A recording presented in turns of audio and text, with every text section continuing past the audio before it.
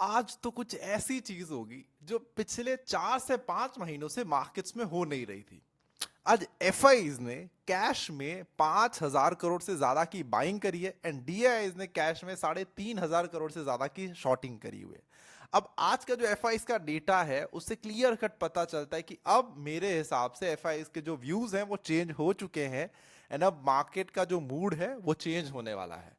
आज का अगर आप एफआईज का डेटा देखो तो इंडेक्स फ्यूचर्स में एफआईज ने ऑल इंडेक्स फ्यूचर्स में बाइंग करी है, स्टॉक्स में भी बाइंग करी है, इंडेक्स ऑप्शंस में भी एफआईज ने अगर आप देखोगे तो बाइंग ही करी है। कॉल ऑप्शंस को बाई करा है, पुट ऑप्शंस को शॉर्ट करा है एंड इसी के सामने यहाँ पे कैश मार्केट में भी 7,500 करोड़ के एफआईज ने जो है वो बाइंग करी है। इसी के साथ हमारे प्यारे जो रिटेल ट्रेडर्स है उसने क्या किया, स्ट्रॉन्ग बेयरिश। सारे के सारे जो रिटेल ट्रेडर्स है वो कॉल ऑप्शन शॉर्ट करके गए हैं एंड पुट ऑप्शंस में जो है वो इनडिसिजंस दिखा रहे हैं। इट मींस बाइंग भी हुई है, शॉर्टिंग भी हुई है। क्यों रिटेल ट्रेडर्स, क्यों आप मार्केट को जो डायरेक्शन में वो चल रही है उससे उल्टे डायरेक्शन में ट्रेड करना चाहते हो, और जब आपका लॉस हो जाए then you blame the markets कि मार्केट्स शायद से जो वो खराब है। मार्केट्स में टेक्निकल एनालिसिस नहीं चलता, मार्केट्स में अब स्ट्रैटेजीज जो वो काम नहीं करती, but the problem is with your brain. Always, if market goes up, you think about short.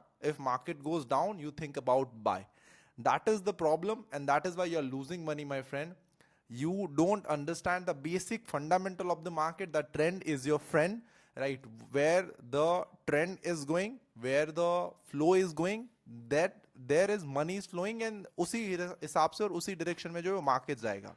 अब आज का आप ओपन इंटरेस्ट का यहाँ पे डेटा देखो तो अभी भी जो पुट ऑप्शन है उसमें राइटिंग ज्यादा हुई है। यहाँ पे आप देख सकते हो ओवरऑल भी अगर आप ओआई देखो तो पुट ऑप्शन में ज्यादा जो है वो राइटिंग है। ओवरऑल ओआई भी पुट ऑप्शन साइड पे ज्यादा हुई है, तो इट मींस ऑप्शन सेलर्स का जो व्यू है वो भी नेगेटिव है। इसी के साथ अगर आप एक बार पुट कॉल रेशियो भी देखो तो put call ratio around around अभी आ गया है 1 के आसपास। तो 1 it means always positive, right? 1 के ऊपर है। तो अब आज मार्केट का मूड एंड थोड़ा ओवरऑल मार्केट्स का एनालिसिस देखते हैं। सिर्फ 2 सेक्टर जो थे आज थोड़ा सा नेगेटिव में, rest all the sectors is in positive. Media one of the top sector जो कि आज सबसे ज्यादा जिसमें मूवमेंट हुई है, राइट? 2.2%। निफ्टी आईटी भी आज थोड़ा बहुत चला है। बैंकिंग सेक्टर ने आज बहुत अच्छा परफॉर्मेंस दिया है। अब देखो मार्केट की हेल्थ न्यूट्रल हो गई। 392 स्टॉक्स पॉजिटिव में, 105 स्टॉक्स जो वो नेगेटिव में है। आज का मार्केट एक बार देख लेते हैं क्या हुआ। ओपनिंग थोड़ी सी नीचे हुई, उसके बाद हमने जो है मतलब वहां से ही मार्केट ने मोमेंटम पकड़ना स्टार्ट किया। यहाँ पे आके एक रिजेक्शन मिली, मार्केट थोड़ी बहुत नीचे, वापस जो है मार्केट ने कवर अप किया एंड पे अपने हाई प्राइस के पास ही बैंक निफ्टी जो है बंद हुआ। निफ्टी थोड़ा सा हाई प्राइस से जो है वो नीचे बंद हुआ and that is completely okay. Daily time frame की अगर बात करें तो जो मैंने बताया था कि इस लेवल को ब्रेक करने के बाद या ये लेवल ब्रेक करने के बाद सीधा जो है वो मार्केट्स 200 डे ईएमए को टच करेगा एंड यही सेम चीज जो है फॉलो हुई है। अगर आपको ट्रस्ट नहीं आता आप मेरे पुराने वीडियोस देख सकते हो, कल का ही वीडियोस देख लो।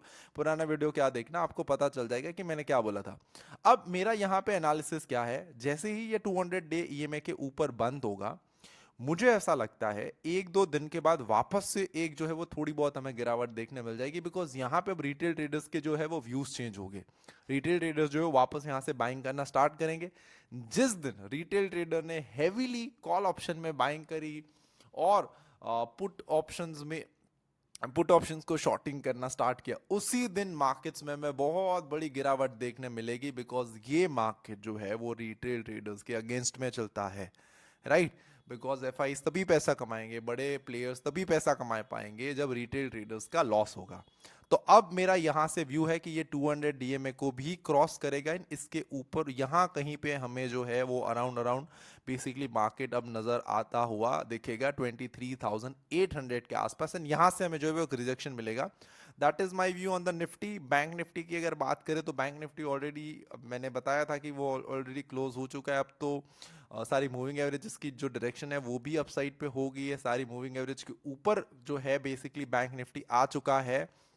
बट बैंक निफ्टी के लिए मैं थोड़ा बुलिश हूं compare to the Nifty, because Nifty में रिवर्सल आ सकता है, बैंक निफ्टी में नहीं। बिकॉज अभी भी आप अगर देखोगे तो कोई फंडामेंटली कुछ चेंज नहीं हुआ, ना ही कोई इतने पॉजिटिव न्यूज आई जिसकी वजह से हमारे मार्केट्स चलना स्टार्ट हुए। हमारे मार्केट्स चलना स्टार्ट हुए just because of retail traders heavily short कर रहे हैं, एफआईज ने वहां से बाइंग करी है। अब मेरे हिसाब से एक ट्रैप भी हो सकता है। ट्रैप कब पता चलेगा कि ट्रैप कब नहीं है? अगर ये मार्केट जो है वो इस लेवल को ब्रेक कर देता है, दैट इज 51,600।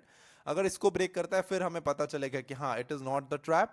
बेसिकली अब यहाँ से मार्केट जो है वो इस हाई को ब्रेक करेगा एंड यहाँ से नया मोमेंटम जो है वो कैच करेगा। ग्लोबल मार्केट्स की एक बार बात कर लेते हैं। All the markets is in 200 day EMA के नीचे ट्रेड कर रहे हैं, that is good sign for us, because जब जब ग्लोबल जो है वो डाउन रहे हैं, हमारे मार्केट जो वो अच्छा खासा ऊपर रहे हैं।